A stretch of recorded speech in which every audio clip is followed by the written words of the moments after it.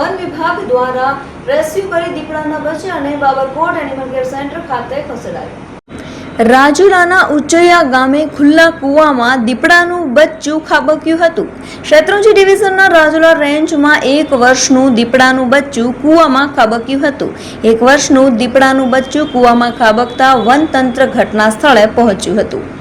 ચંપુભાઈ વાતસુરભાઈની વાડીમાં દીપડાનું બચ્ચું ખાબક્યું હતું.